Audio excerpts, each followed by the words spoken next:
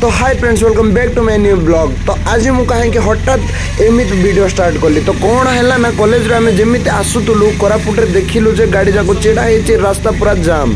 तापर आमे ऑटो रो लेकी पाको को गलु देखिबा पई। पाको को जाई के देखिला बेल को जना पड़ला जे मार्केट रो गोटे पुराना कॉम्प्लेक्स भांगी की पड़ी जाउची। आउ सेहिति पई आज राज रास्ता बंद। कोरापुट हेडक्वार्टर सामनार पुराना मार्केट कम्प्लीट बुसुडी पड़ला। ताई भितरे पसी रही जाइचंती किछि ग्राहक एवं दुकानी।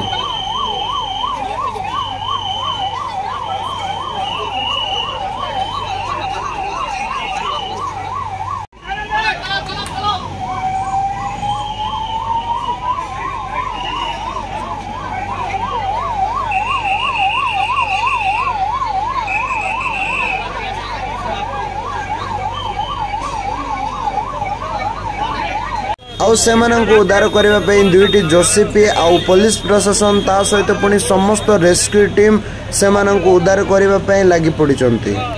जेहेतु राज्यर राजपथ रास्ताटारे घटनाटा घटिची, तेणु पुलिस प्रशासन एवं साधारण जनता भी कम रु कम समय मध्य सेमानंको उद्धार करबा पई चेष्टा करचंती।